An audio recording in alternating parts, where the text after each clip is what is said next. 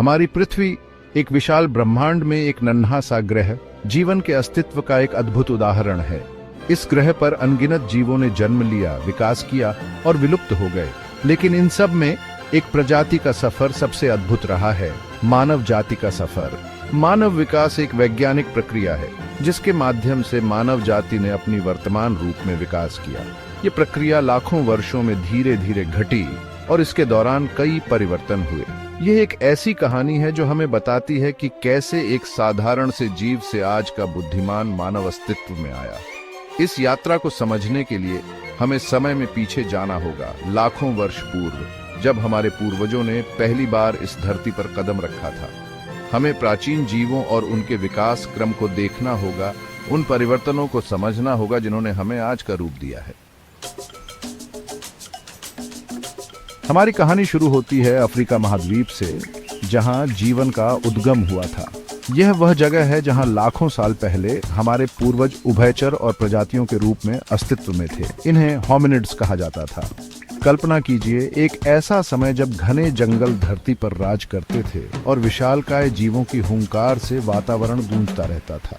इन सब के बीच हमारे ये छोटे से पूर्वज पेड़ों पर चढ़ते, फल फूल खाते और शिकारियों से बचने के लिए संघर्ष करते थे। होमिनिड्स अपने छोटे आकार और सीमित क्षमताओं के बावजूद एक अदृश्य शक्ति से लैस थे, विकास की शक्ति।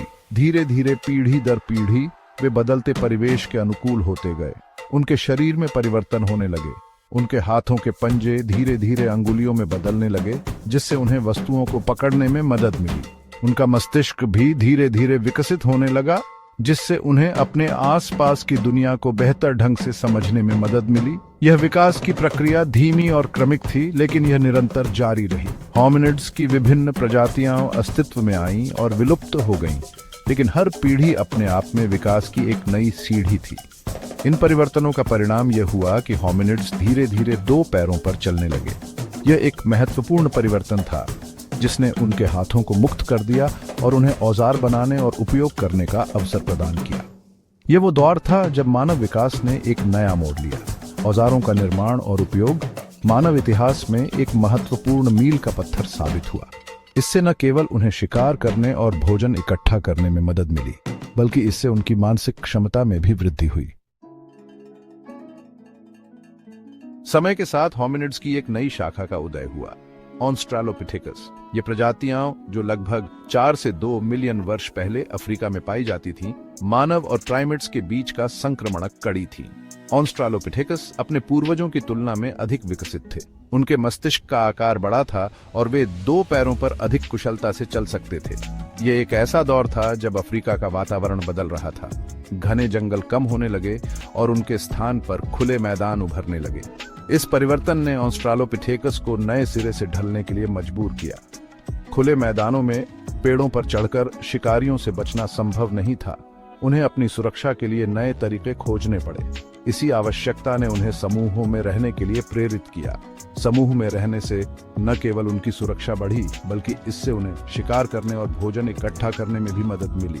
ऑस्ट्रालोपिथेकस अपने सीमित संसाधनों के बावजूद अपने बच्चों की देखभाल करते थे और उन्हें जीवित रहने के लिए आवश्यक कौशल सिखाते थे। यह एक ऐसा दौर था जब सामाजिक बंधन मजबूत होने लगे थे और मानव समाज की नींव रखी जा रही थी। हालांकि ऑस्ट्रालोपिथेकस पूर्ण रूप से मानव नहीं थे, लेकिन उन्होंने मानव विकास में एक महत्वपूर्ण भूमिका निभाई।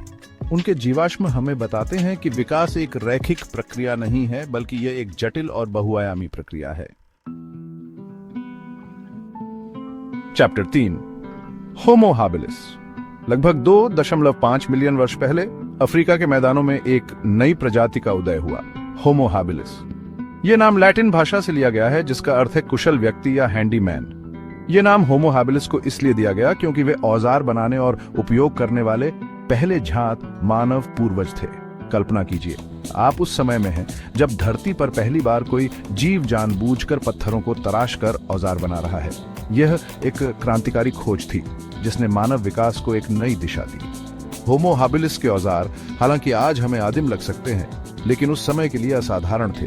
इन औजारों ने उन्हें शिकार करने, भोजन तैयार करने और खुद को शिकारियों से बचाने में मदद की।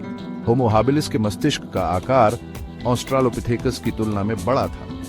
ये विकास उनके औजार बनाने की क्षमता से जुड़ा हुआ था, क्योंकि औजार बनाने के लिए उच्च स्तर की मानसिक क्षमता की आवश्यकता होती है। इसके अलावा होमो हाबिलिस के जीवाश्मों के पास पाए गए जानवरों की हड्डियों पर निशान बताते हैं कि वे मांस खाते थे। मांस एक प्रोटीन युक्त भोजन है जिसने संभवतः उनके मस्तिष्क के विकास में महत्वपूर्ण भूमिका निभाई होगी। होमो हाबिलिस मानव विकास के पथ पर एक महत्वपूर्ण कदम थे। उन्होंने न केवल औजार बनाने की कला में महारत हासिल की, बल्कि उन्होंने अपने मस्तिष्क का विकास करके और मांसाहारी भोजन को अपनाकर मानवता की नींव रखी। चैप्टर 4 होमो इरेक्टस।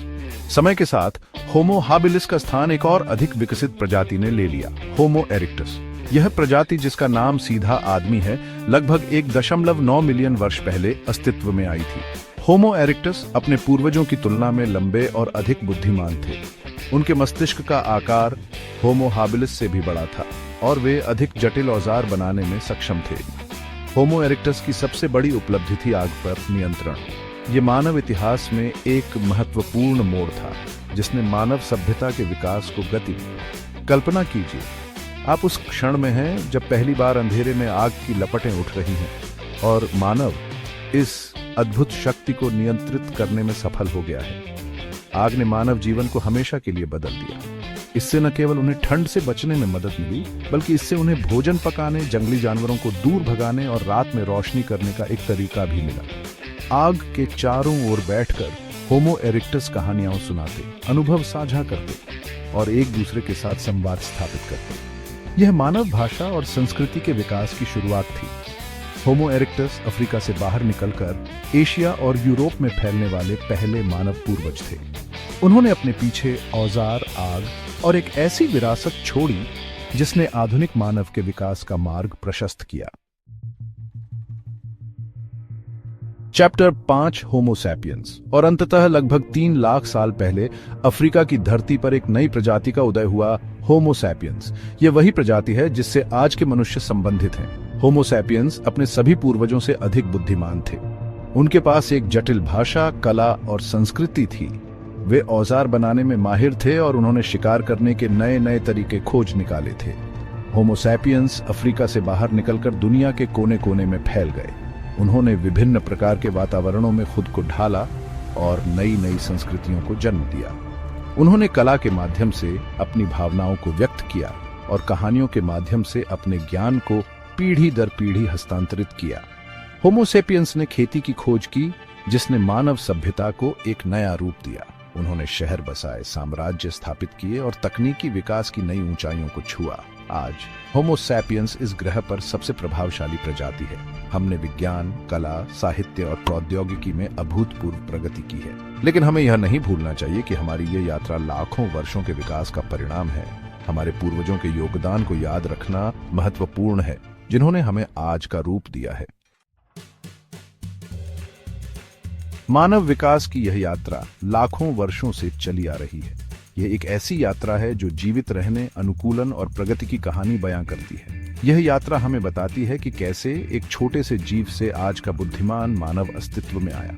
यह प्रक्रिया धीरे धीरे जीवित रहने, औजारों का इस्तेमाल, आग का उपयोग, सामाजिक संरचनाओं का निर्माण और बुद्धिमत्ता में वृद्धि से जुड़ी रही है। हर कदम पर हमारे पूर्वजों ने चुनौतियों का सामना किया, समाधान खोजे और खुद को बेहतर बनाने के लिए प्रेरित किया। यह पूरी प्रक्रिया जीवन के विभिन्न पहलुओं के अनुकूल होने की दिशा में हुई है, जिससे मनुष्य आज के रूप में विकसित हुआ।